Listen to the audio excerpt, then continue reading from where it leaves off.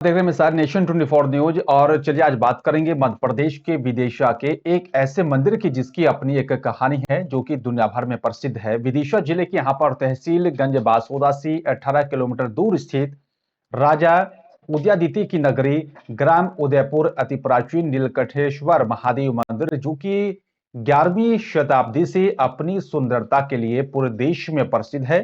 लगातार श्रद्धालु और भक्त यहां पर बड़ी संख्या में आते हैं। इसी पर विस्तार से बातचीत करने के लिए मेरे साथ हमारे संवाददाता बलराम मेहता मेरे साथ सीधा लाइव जुड़ रहे हैं। उनसे जानने की कोशिश करेंगे कि आखिरकार शिवरात्रि पर और इस मंदिर को लेकर वहां के भक्त और श्रद्धालु क्या सोचते हैं।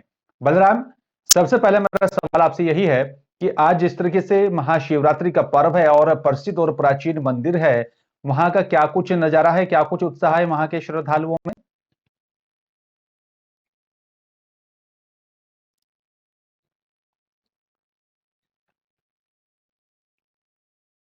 हम्म।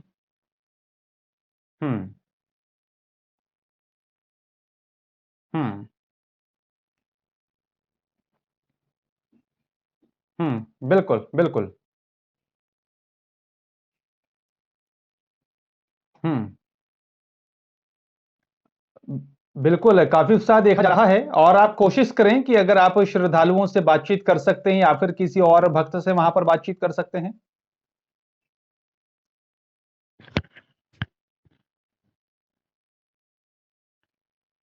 बिल्कुल बलराम, आप दिखाएँ हमारे दर्शकों को कि आखिरकार मंदिर की भव्यता क्या है, किस तरीके से सुंदरता है। बिल्कुल, बिल्कुल, आप बात भी कर सकते हैं।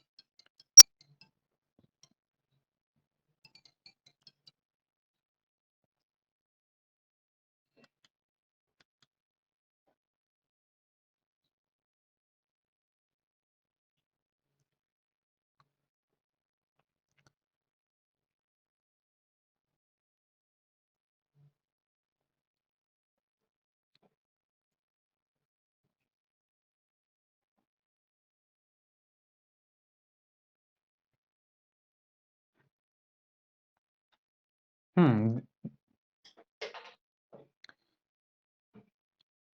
बिल्कुल, काफ़ी भव्य ये मंदिर है।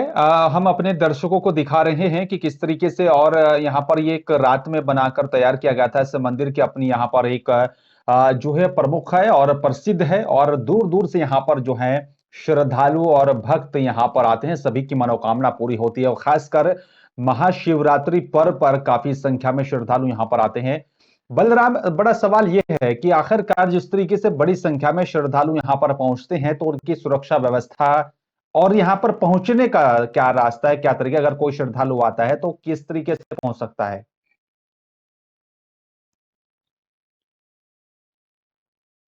हुँ। हुँ। हुँ, हुँ। हुँ। हुँ। बिल्कुल बलराम, जिस तरह से हम लोगों ने पढ़ा है इस मंदिर के बारे में, आप विस्तार से बताएँ कि आखिरकार जिस तरीके से प्रसिद्ध है मंदिर पूरे देश में और विदेश से भी यहाँ पर श्रद्धालु आते हैं। आखिरकार मान्यता क्या है? किस तरीके से भक्त यहाँ पर इस पूरी मान्यता को देखते हैं? कितनी संख्या में श्रद्धालु और किन-किन राज्यों से, किन-किन प्रदेशों से पहुँचते हैं? हुँ। हुँ। हुँ। हुँ, हुँ। हुँ। हुँ। हुँ। हुँ, हुँ।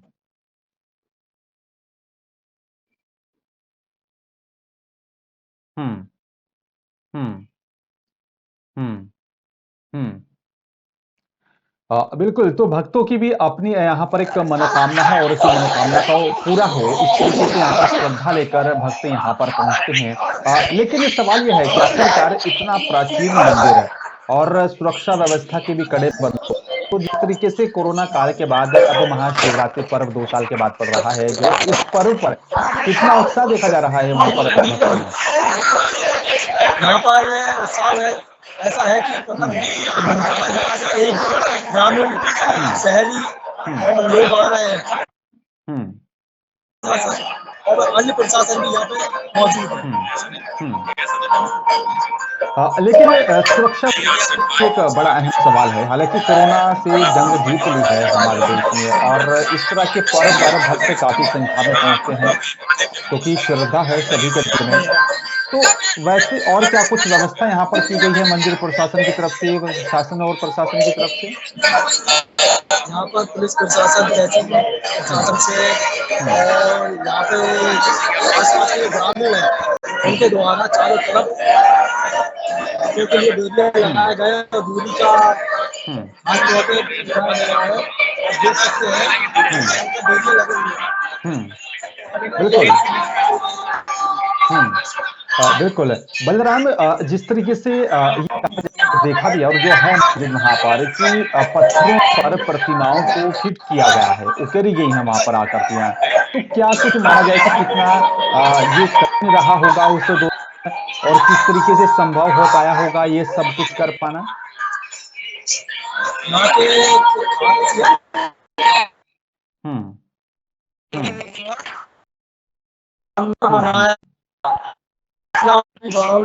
के कम होने के तीनों एक ही रात का प्रतिमाएं बनाई गई थी। सिर्फ एक बिल्कुल।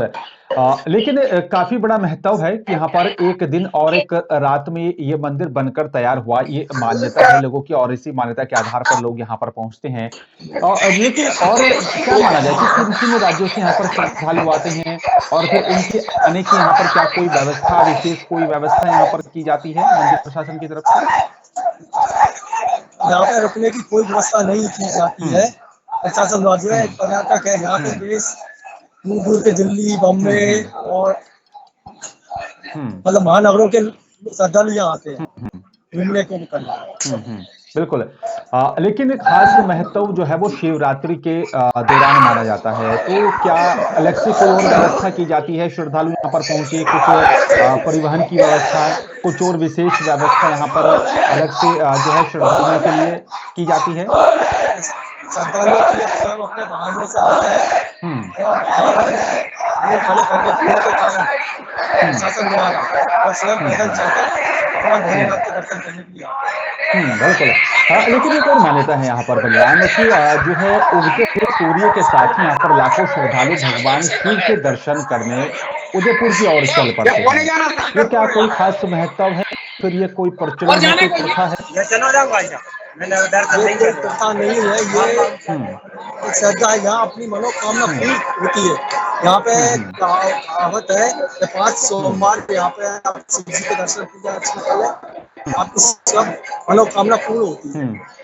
बलराम, जिस तरीके से बारीकी से पत्थरों पर मंदिर की यहाँ पर नक्काशी की गई है, क्या मध्य प्रदेश या फिर छत्तीसगढ़ या फिर देश के किसी और राज्य में इस तरह का मंदिर हमें देखने को मिलता है, इस तरह की नक्काशी देखने को मिलती है?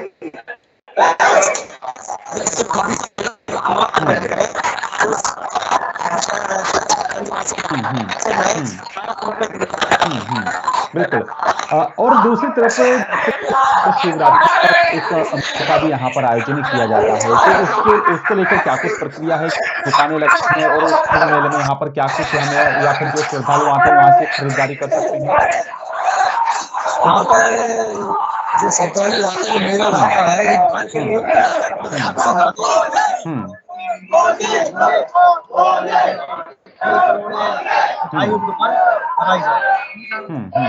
बिल्कुल। जैसा आपने पहले भी बताया बलराम, यहाँ पर राजा उदयगिरि के समय यहाँ पर एक ही कारीगर थे माछलपुर की बावड़ी भोजपुर को जो है खम और उदयपुर का मंदिर बनाया है। क्या ये माना जाए कि वहाँ उस कारीगर को सीधा भगवान का आशीर्वाद प्राप्त था कि एक ही कारीगर ने पूरे मंदिर को बना दिया, एक दिन एक रात में मंदिर बनाकर तैयार किया गया और नक्काशी ऐसी जो कि देखते ही बनती है, जो दूसरे मंदिरों में देखने को नहीं मिलती? सही है, क्या है कि जो भगवान का वरदान था। और इसे एक श्राप भी था कि सूर्य निकलने से पहले आप कोई भी कार्य करके नीचे आप जिंदा रहेंगे। अगर आप सूर्य के निकलने के मतलब नीचे आ गया तो वो पत्थर का बन गया था। तो आज भी इसकी प्रतिमा ऊपर है जो पत्थर का बना हुआ है। वो आपको बिल्कुल, बिल्कुल, आप हमारे दर्शकों को दिखाएँ, बिल्कुल, बिल्कुल।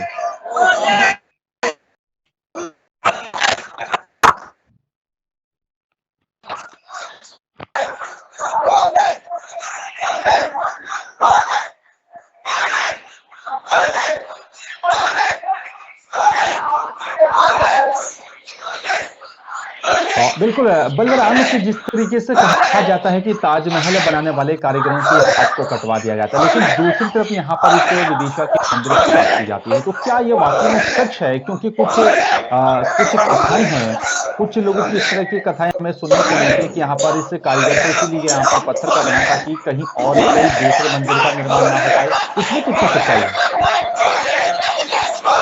इसके लिए तो क्या अभी जो मंदिर बनाया गया था का ऐसे कहा जाए तो वरदान जो भी काम कर सकते हो आप एक रात में कर सकते हो, एक रात का अलावा नहीं कर सकते। बिल्कुल। लेकिन जिस तरीके से ये भी कथा है कि यहाँ पर सड़क पर जो है उसने कहा कि कलश तो रख करके आऊँगा, कोई किसी के घर चक्की ना चलाई जाए, लेकिन जैसे ही यहाँ पर कारीगर कलश को यहाँ पर नीचे ही उतर रहा था, इस तरह होने की आहट और किसी ने यहाँ पर चक्की चला दी, जिसके चलते कारीगर वहीं पर पत्थर का बन गया। ये इसमें कितनी सच्चाई है? क्या आपने वहाँ के पुराणों में पढ़ा है, वहाँ की कथाओं में आपने सुना और बुजुर्गों से सुना होगा?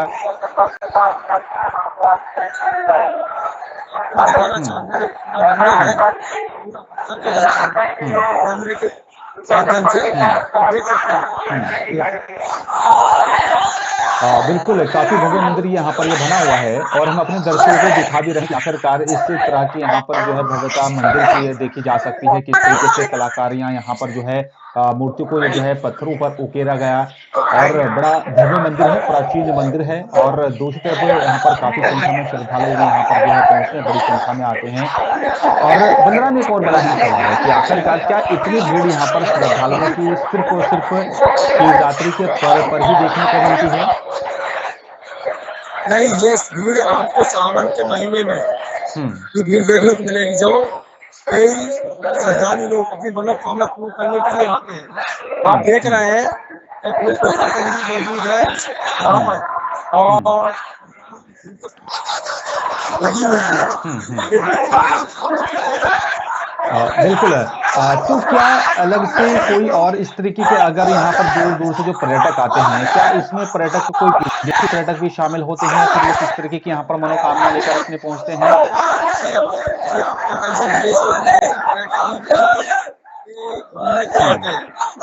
कई बार देखा गया है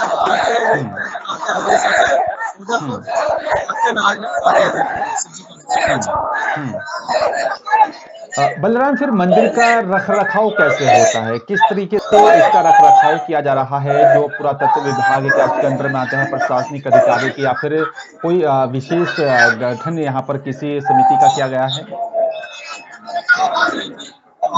जी, यहाँ के जो मंदिर के महानता है जो पंडित जी वो इस मंदिर की देखभाल करते हैं और यहाँ पे जो ट्रस्ट है वो इस मंदिर की देखरेख करता है। चलिए शुक्रिया आपका बलराम तमाम जानकारी साझा करने के विस्तार से जो है मंदिर के बारे में बताने के लिए आपका बहुत-बहुत धन्यवाद। तो हमने अपने दर्शकों को यहाँ पर दिखाया, अपने श्रद्धालु जो यहाँ पर बड़ी संख्या में पहुँचते हैं विदिशा से 18 किलोमीटर की दूर स्थित ये प्राचीन काल का मंदिर है और इस मंदिर में यहाँ पर सावन के महीने में काफ़ी संख्या में देश, प्रदेश, विदेश से यहाँ पर श्रद्धालु पहुँचते हैं। लोगों की मान्यता है कि यहाँ पर पहुँचने पर सभी की मनोकामना पूरी होती है और खास विशेष यहाँ पर प्रकार की विशेषता भी है कि आखिरकार सभी श्रद्धालुओं की यहाँ पर जो है भक्त पहुँचते हैं, उनकी मनोकामना पूरी होती है। और कहा यह भी जाता है कि यहाँ पर जिस तरीके से इस मंदिर का निर्माण एक दिन एक रात में हुआ और ये भी यहाँ पर जो है मान्यता है कि जिस कारीगर ने इस मंदिर का निर्माण किया था, वो मंदिर के ऊपर ही पत्थर का बन गया था। अलग-अलग जो है कथाएं हैं, सुनने को मिलती हैं, लेकिन कहीं न कहीं इस मंदिर का काफ़ी महत्व है। फिलहाल मेरे साथ सिर्फ इतना ही। नमस्कार।